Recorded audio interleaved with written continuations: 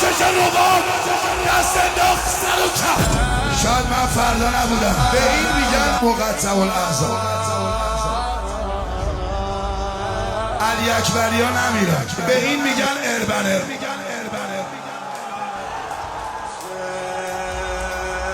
بدن قاسم اینطوری.